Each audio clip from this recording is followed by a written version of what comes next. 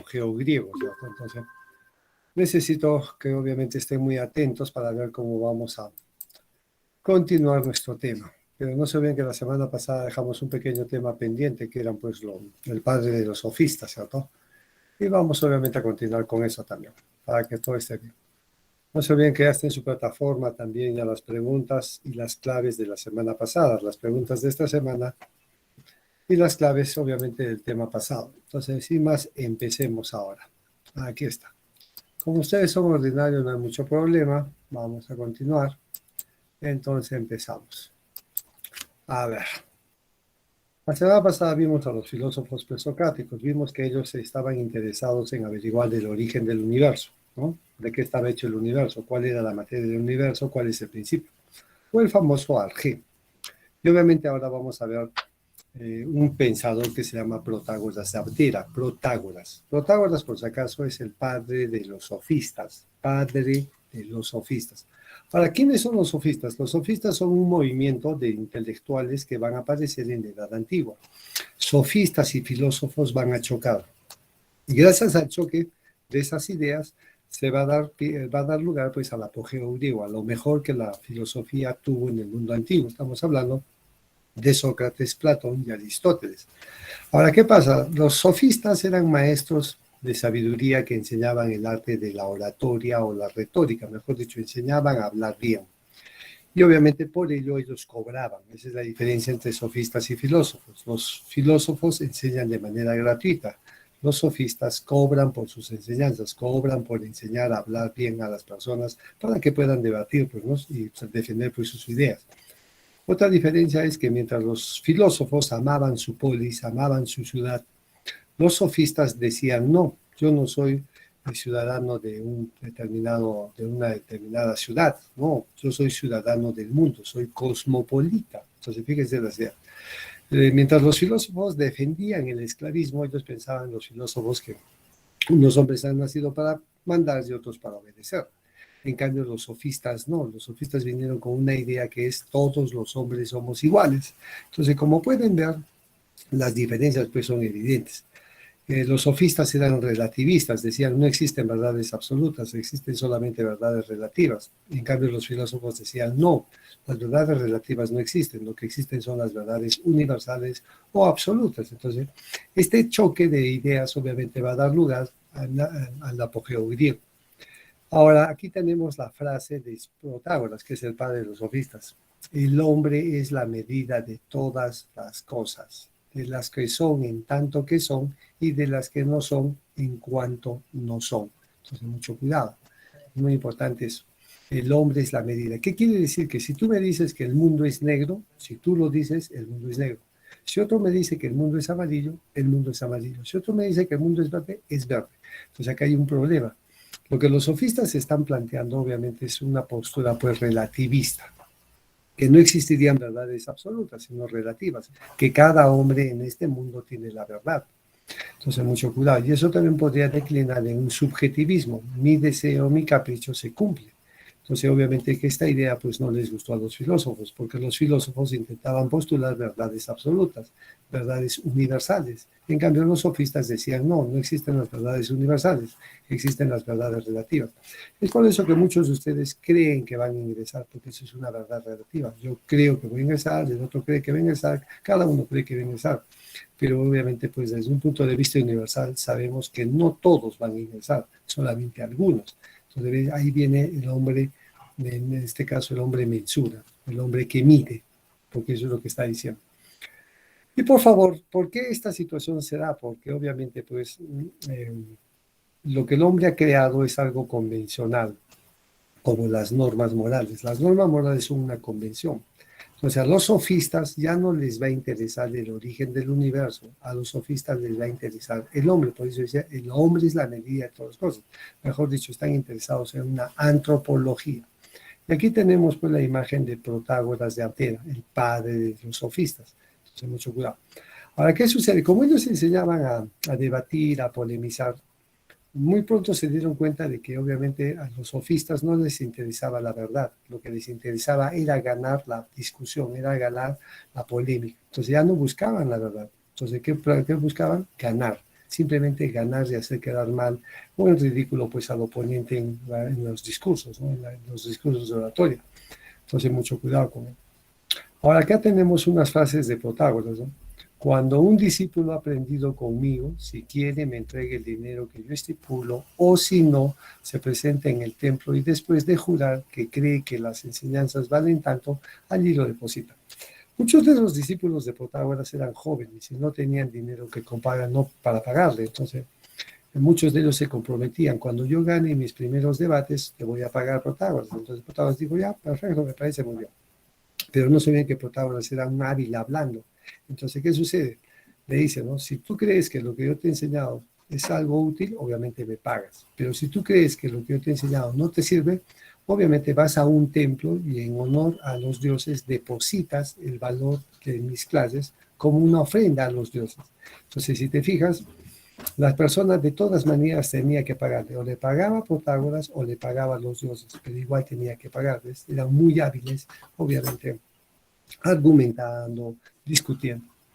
También por eso los sofistas descubrieron algo muy interesante. Sobre cualquier cosa o sobre cualquier cuestión hay dos argumentos opuestos entre sí. Por ejemplo, tú eres bueno para unas personas, pero también eres malo para otras personas. Pero ahora la pregunta es, ¿qué eres? ¿Bueno o malo?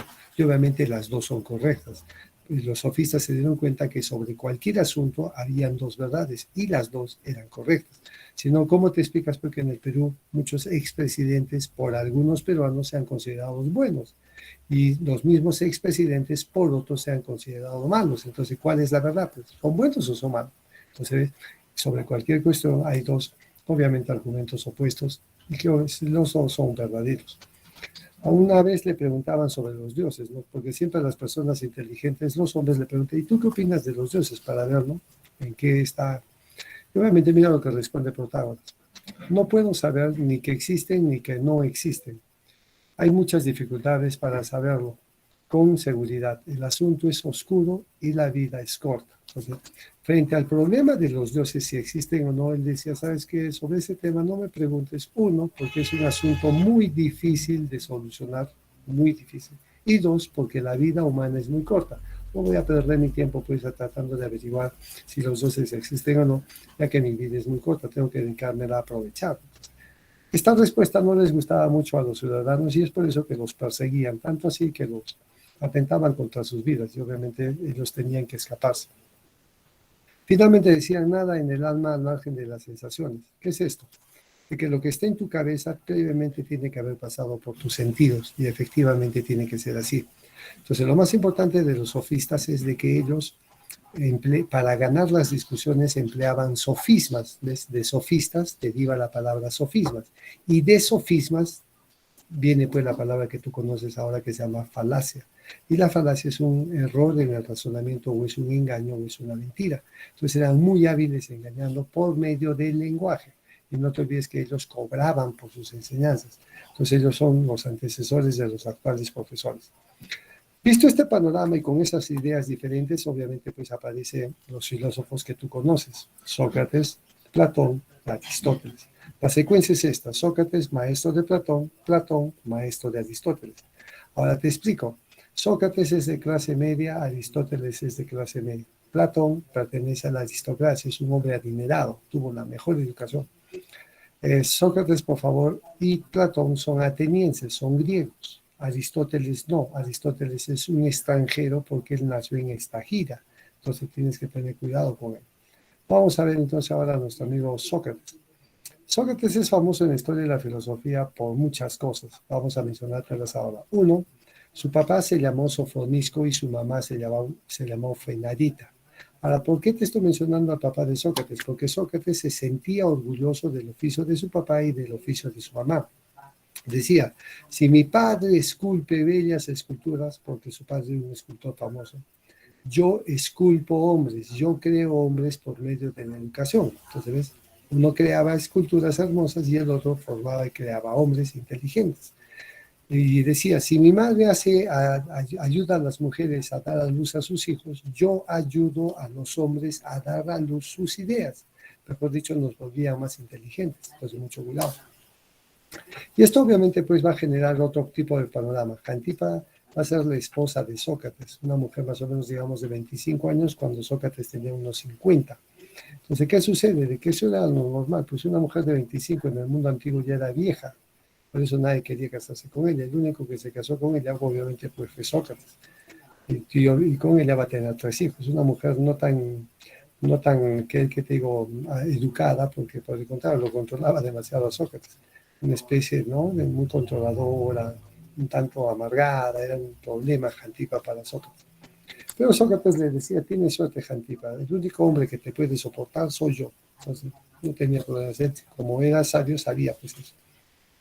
Discípulos importantes de Platón, de Sócrates, son pues Alcibiades, que es un político, Jenofonte, que también es un hombre que participa en política, y Platón, que es el más conocido por nosotros. Alcibiades, Jenofonte y Platón. El más conocido, Platón.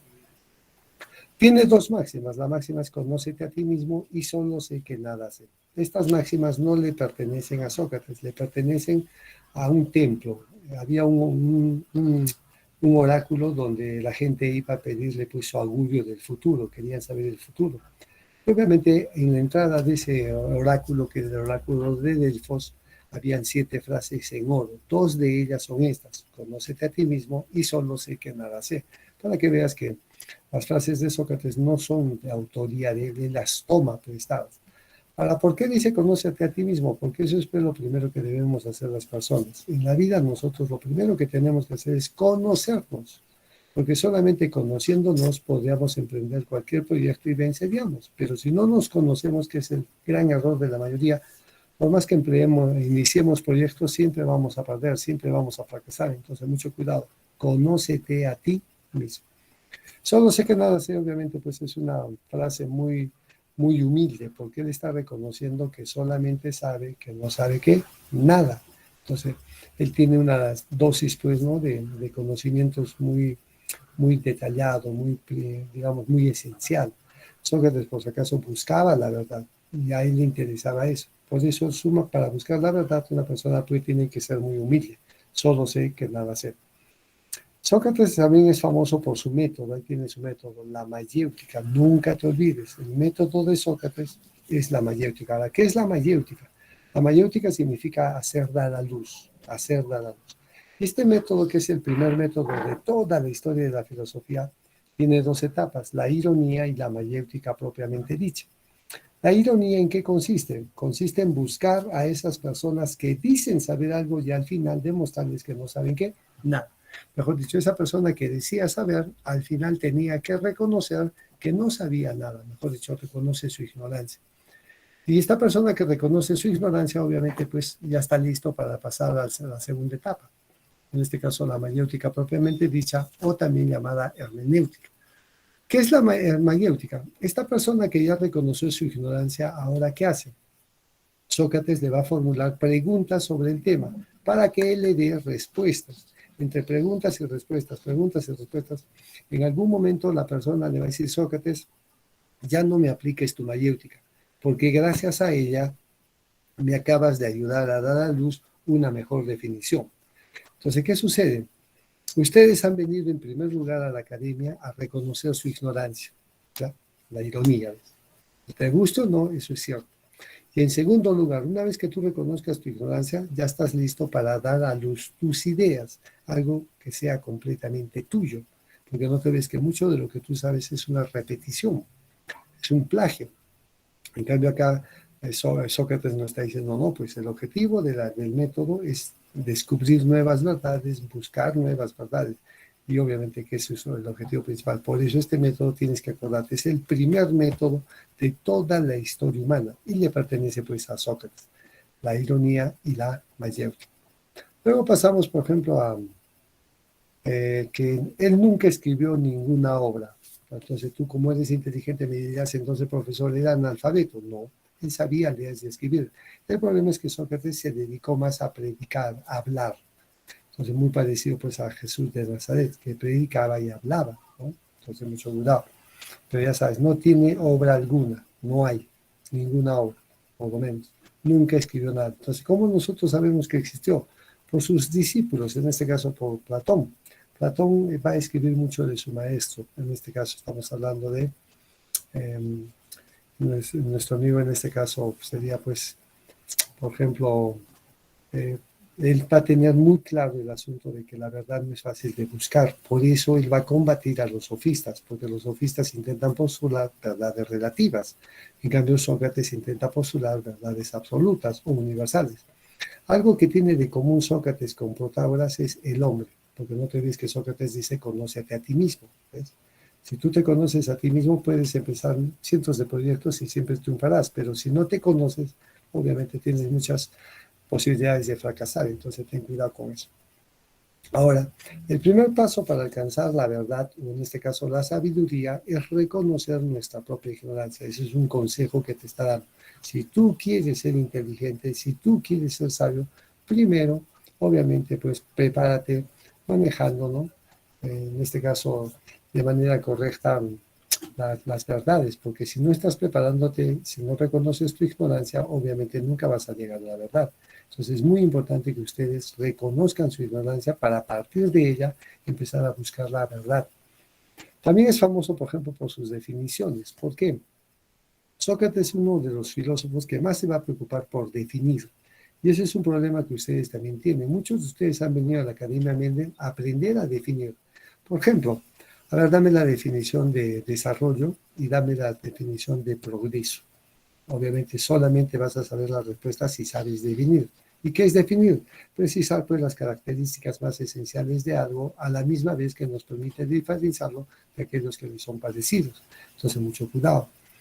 Es muy importante que tú aprendas a definir. Por ejemplo, ahora, cuando la pregunta que te dije, desarrollo y progreso, ¿no? ¿Cuál es la diferencia? Fácil. Pues el desarrollo corresponde a los organismos vivos. Por ejemplo, yo puedo decir, mis músculos se desarrollan, ¿verdad? Pero yo no puedo decir mis músculos progresan, porque esa palabra no le corresponde.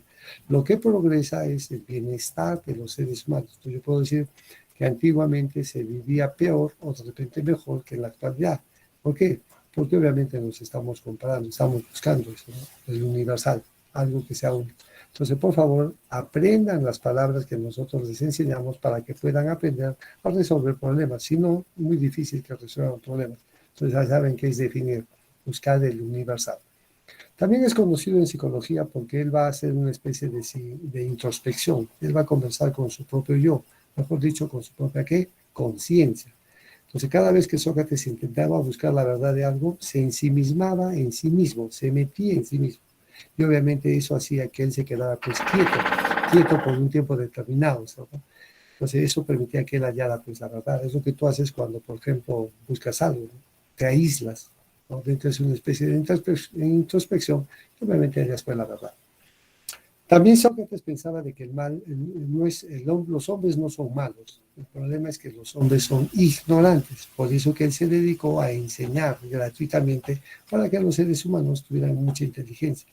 Entonces, la preocupación de Sócrates va a ser desarrollar la inteligencia humana, porque tal como somos, obviamente no somos tan humanos, somos muy imperfectos, o sea, lo tenemos.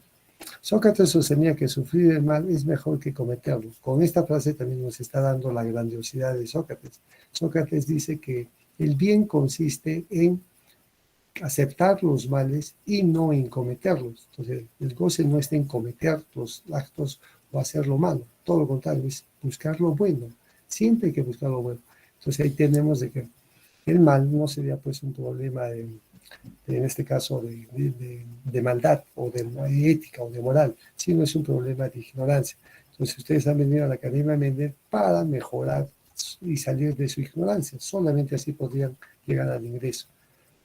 Y a eso le llamamos pues intelectualismo moral, que nosotros obviamente nos tenemos que volver inteligentes. Luego tenemos de que es preferible sufrir el mal que cometerlo. Imagínense qué tan noble. No solamente su vida era buena, sino también que él obviamente va a buscar de que es preferible que nosotros padezcamos las cosas malas y obviamente no nosotros. Entonces, qué interesante su postura moral, ¿no? Y obviamente finalmente tenemos que Sócrates va a ser procesado por 3 cargos. Primer cargo, ser sofista, cosa que no lo es. Segundo cargo, la impiedad, implantar nuevos dioses. Y tercer cargo, corromper a la juventud. ¿A qué se refiere eso?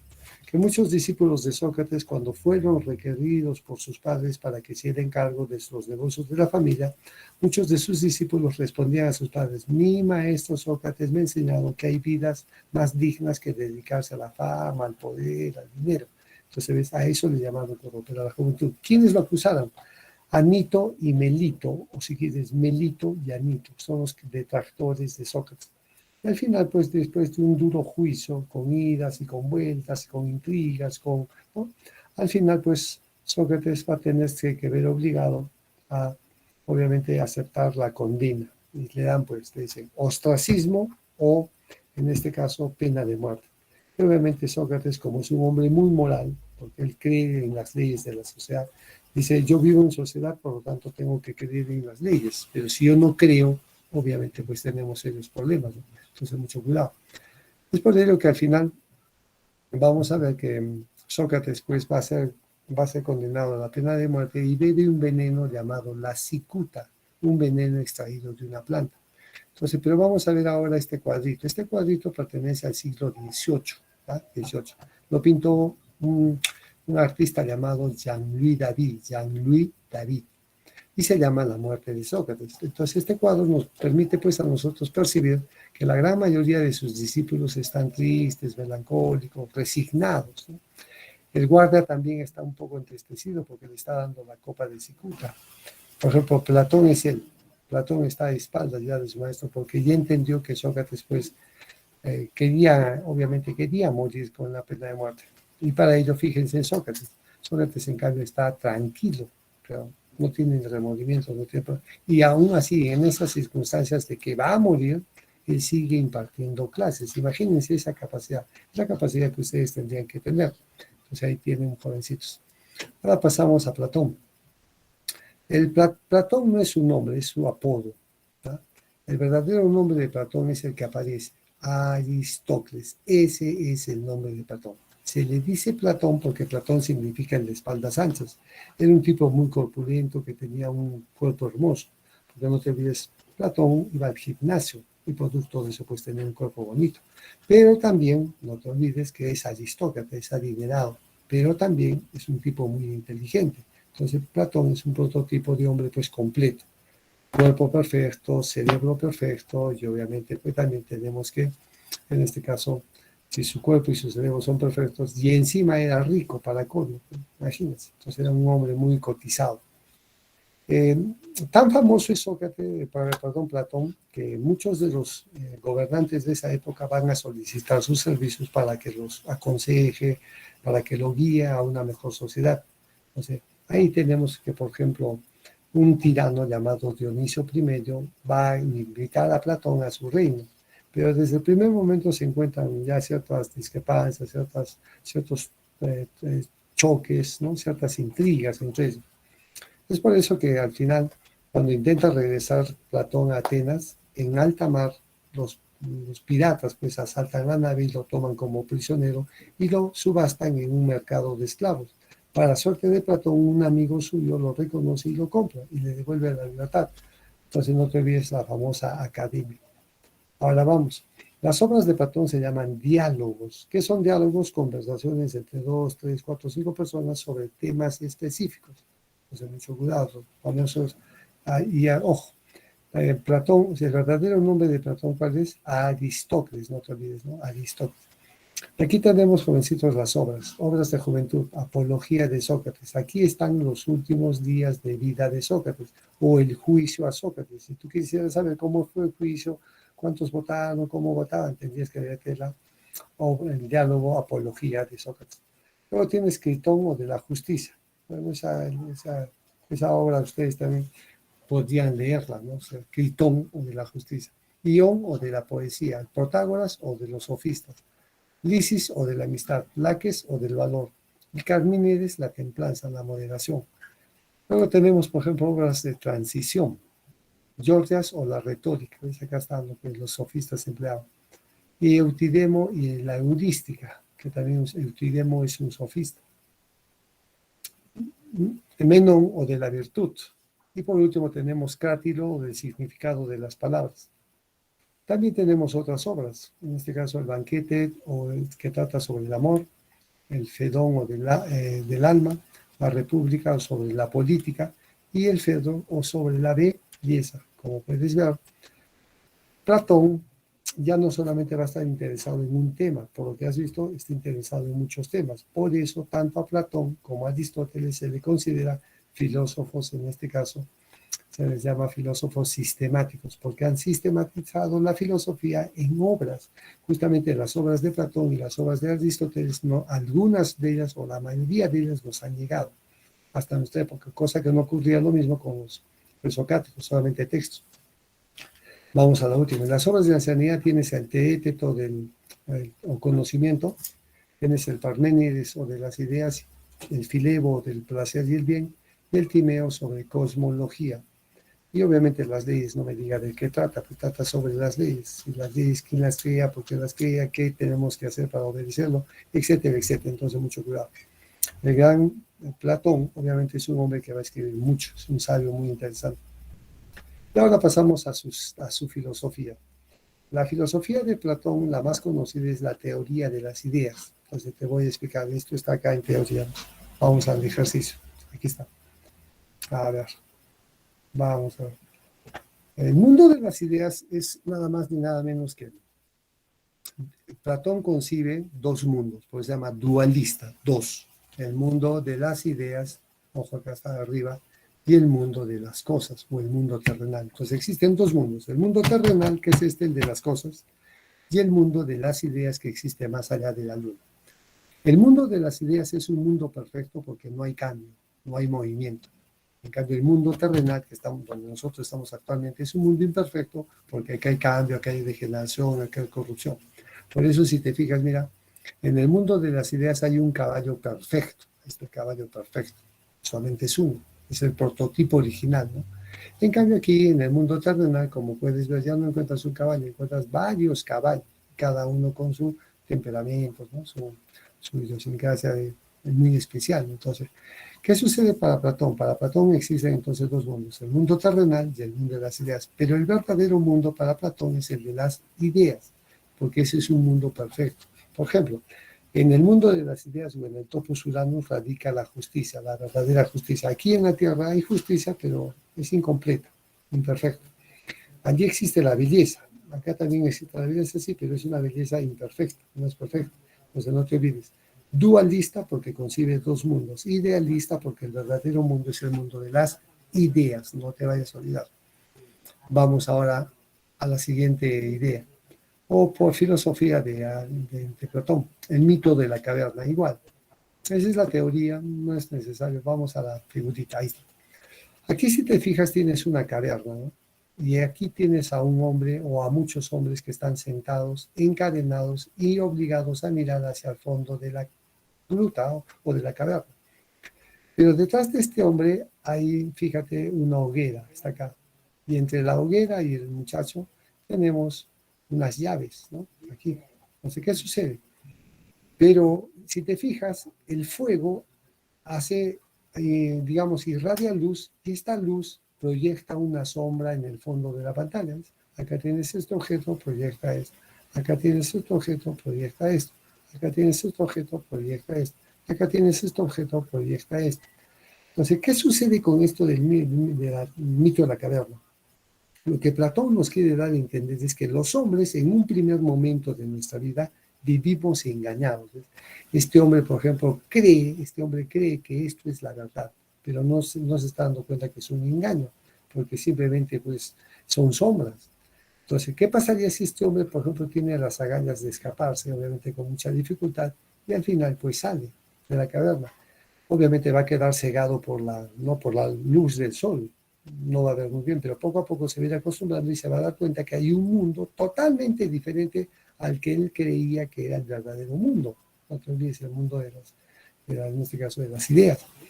Entonces, para que veas que ustedes han venido a eso, muchos de ustedes tienen pseudo conocimientos, que serían estos, ¿no? Las sombras, pero muy pocos de ustedes tienen verdadero conocimiento.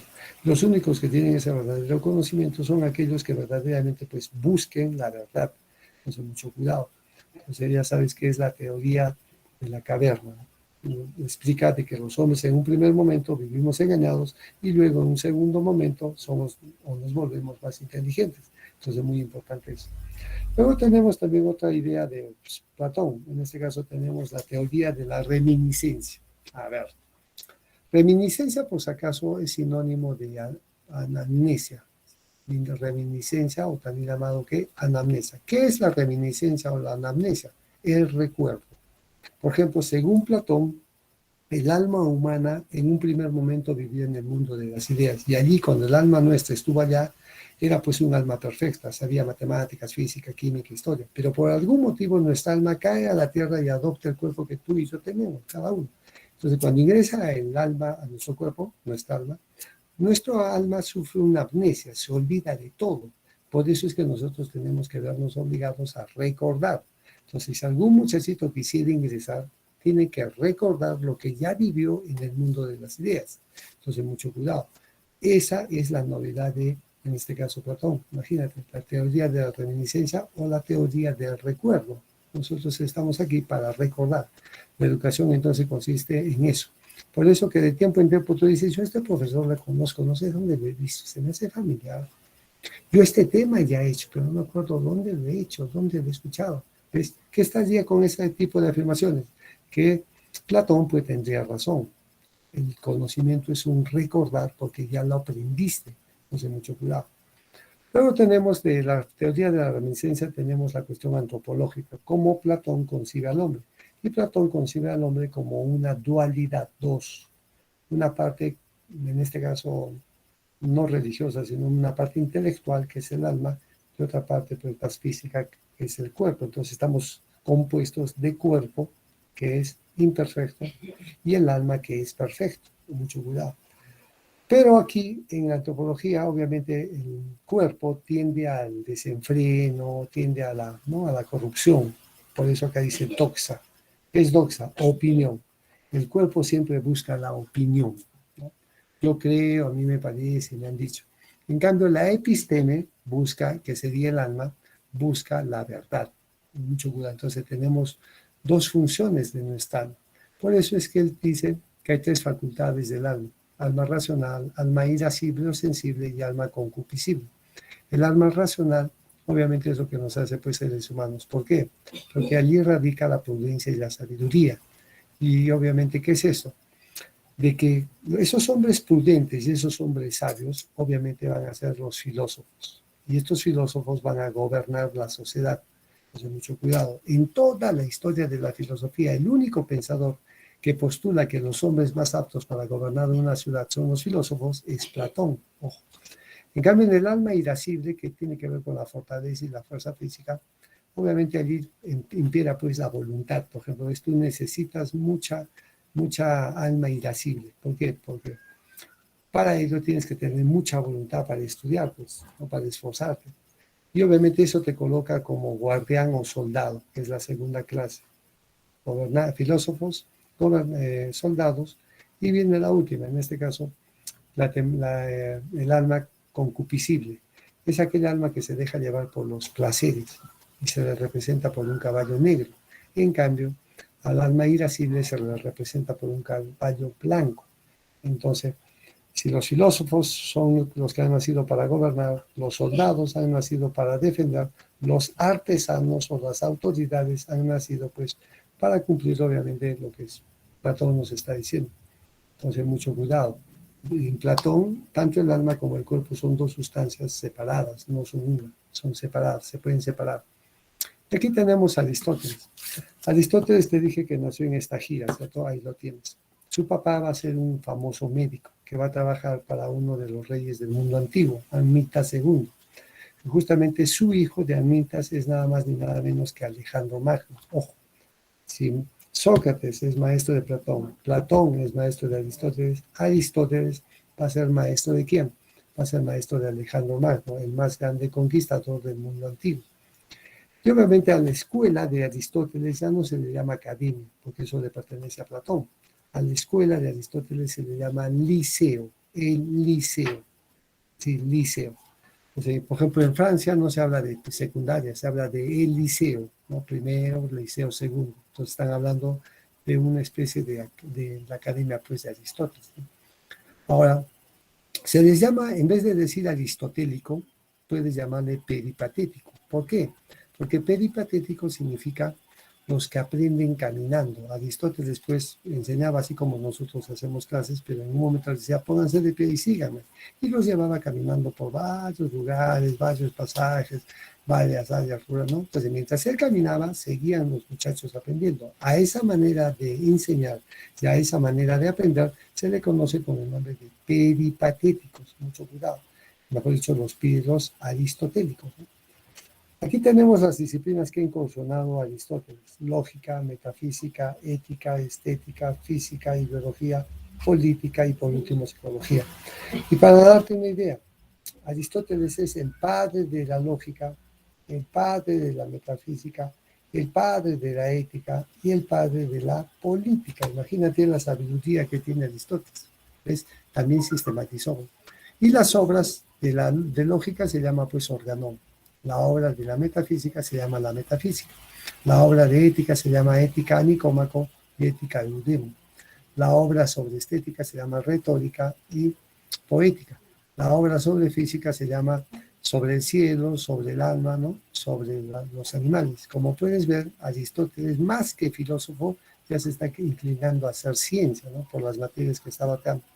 Tienes la política, ¿no? Interesante ese libro. Tienes un poco de psicología. Entonces, ya sabes. Ahora, ¿qué sucede? Pero Aristóteles es el padre de la lógica, padre de la metafísica, padre de la ética y padre de la política. Imagínate, 4 veces padre. Tú conoces un intelectual, no importa de qué época, que sea padre de 4 disciplinas. Bueno, obviamente no, pues Aristóteles sí. Estamos hablando lógica, metafísica, estamos hablando estética y estamos hablando política. Son los 4, digamos, las cuatro las 4 disciplinas por las cuales él va a tener pues, la fama que tiene, si no veamos ahora sus ideas. Aristóteles va a criticar a Platón. Platón tenía 2 mundos, ¿no? Terrenales de las ideas, el verdadero es el de las ideas. Para Aristóteles ya no, él va a ser realista. ¿Por qué? Porque dice, no maestro, no existen 2 mundos, solamente existe un solo mundo. Y a eso se llama perrealismo. Este mundo se explica por él mismo. Mucho cuidado. En cambio, para Aristóteles, tanto el alma como el cuerpo no son divisibles, cosa que era para Platón. Va a ser indivisible, que no se pueden separar. El cuerpo es alma y el alma es cuerpo, y están pues prácticamente vinculados, no hay manera de separarlos. Cosa diferente con Platón. Platón sí concibe que el cuerpo es una cosa y sí concibe que el alma es otra, ¿no?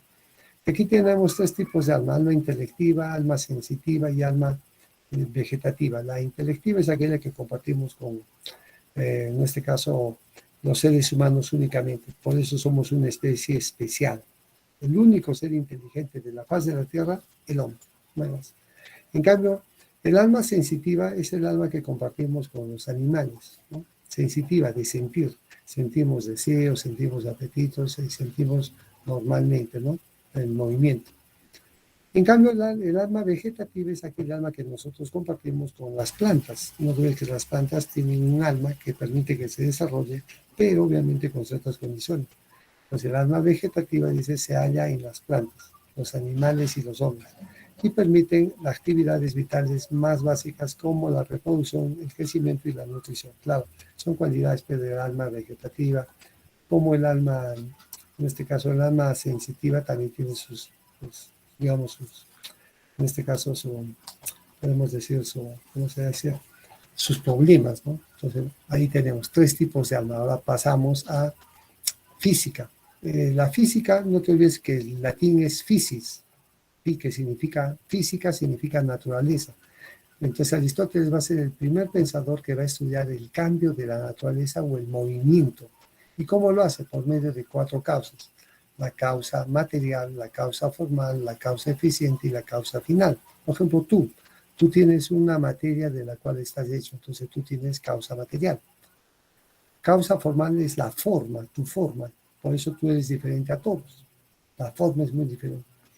La causa eficiente es nuestros padres, quienes nos han creado, quienes nos han traído a la vida. Y obviamente es nuestros padres. Y ya nuestros padres son nuestros abuelos. Pero la causa final es la más importante. ¿Por qué? Porque obviamente aquí vamos a buscar el propósito y la razón para poder lograr nuestros objetivos. Entonces ya sabes, 4 causas: causa material, causa formal, causa eficiente y causa final. De las 4, la más importante es la causa final, es la más importante. Ahora aquí está el resumen, ¿no? Causa formal, causa material, causa en este caso eficiente y causa final. Entonces, formal, que todos tenemos forma; en este caso material, que todos tenemos una materia, y no siempre sabes la misma materia, somos de diferentes materias. Y tienes allí en este caso el alma, en este caso el alma material, material formal eficiente. ¿Quién nos ha hecho? ¿Quién nos ha fabricado? ¿No? Y la causa final es ¿para qué existimos? ¿Cuál es la razón de eso? O sea, lo tenemos allí fácil. Ahora continuamos y aquí vamos a ver otras ideas. El ilemorfismo, ¿qué significa ile? Ile significa materia y morfismo significa forma. Según Aristóteles, todo lo que existe está compuesto de materia, ile está compuesto también de una forma. Por eso es que tú y todo, cada uno de nosotros es completamente diferente. Entonces, todas las sustancias están compuestas de materia y forma. Eso se llama ilemorfismo. Ahora, ¿qué es la potencia del acto? Te explico. Es lo que va a permitirme explicar el movimiento. Acto es lo que algo es en un momento. Por ejemplo, tú en este instante eres un adolescente, eso es acto.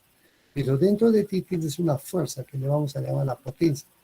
Tú algún día vas a ser ya no vas a ser un estudiante, vas a ser un profesional, es por potencia. Te vas a transformar, vas a cambiar.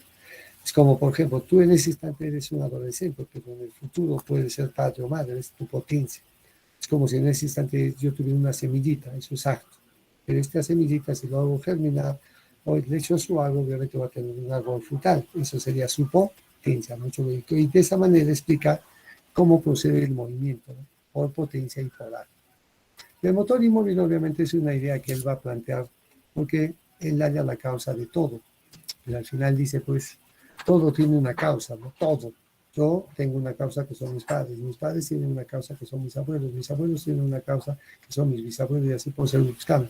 Pero hay algo que no tiene causa, por eso la palabra motor inmóvil. La palabra motor significa que se mueve, motor. Pero dice que es un motor que se mueve, pero que a la misma vez es inmóvil. Entonces, este conceptito del motor inmóvil posteriormente se va a denominar Dios. Por eso es que nosotros concebimos que Dios existe. ¿Por qué? Porque es el principio de movimiento de todo.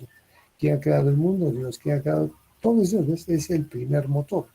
Entonces, los filósofos no llaman pues Dios. Los filósofos le llaman por conceptos muy, muy sutiles, muy diferentes. Entonces, mucho cuidado. Y finalmente, pues en este caso estamos llegando al término hasta aquí. Y obviamente, como has podido ver, resumiendo ya, te fijas de que los sofistas dieron pie al surgimiento del apogeo griego, los sofistas, con su máxima, ¿no? El hombre es la medida de todas las cosas. Y no te olvides que el padre es, en este caso, Protágoras. Pero también hay otros sofistas. Por ejemplo, te voy a mencionar a Gorgias. Gorgias decía, el hombre no conoce nada. Y acaso pudiéramos conocer, no lo podríamos comunicar. Y acaso pudiéramos comunicarlo, nadie nos entendería. Por lo tanto, el hombre no conoce nada. Él es en este caso un sofista. Y era un maestro pues en el arte de la oratoria, ¿no? De la discusión. Luego tienes otro sofista que se llama Calicles. Calicles, por ejemplo, plantea la teoría del más fuerte, que los animales más fuertes en la naturaleza someten a los débiles. Lo mismo que pasa en la naturaleza también debería de pasar en la sociedad humana. Los más fuertes, los más inteligentes deberían de someter o mandar a los más débiles. Esa es la teoría del más fuerte, entonces mucho cuidado.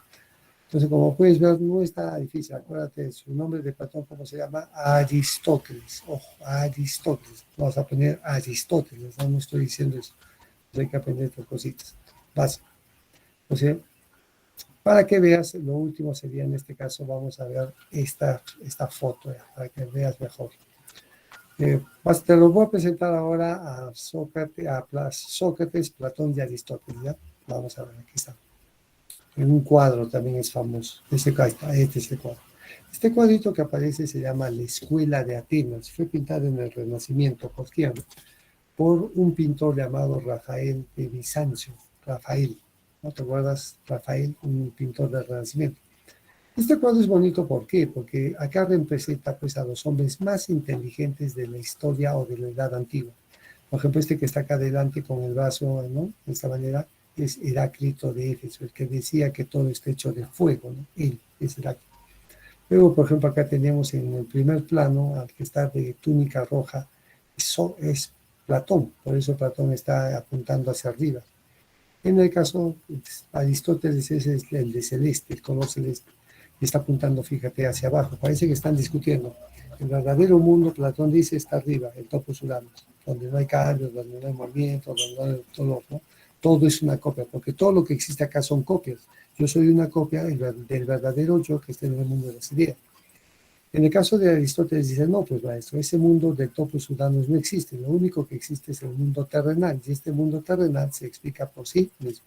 Entonces, y aquí, si tú te das paciencia, vas a encontrar a Tales, vas a encontrar a Pitágoras, vas a encontrar, por ejemplo, este hombre que está aquí en las gradas, se llama Diógenes, el cínico. Él es Diógenes, después les hablaré de quién es, ¿no? Es una persona que está vagabunda, pero no, él es Diógenes el cínico, un filósofo muy famoso del mundo antiguo. Entonces, con esto creo que ya llegamos al término. Necesito para la próxima semana que resuelvas tus ejercicios de tu plataforma y no te olvides, cualquier momento te vamos a tomar lección, cualquier momento. Entonces, poco a poco ya ve aprendiendo.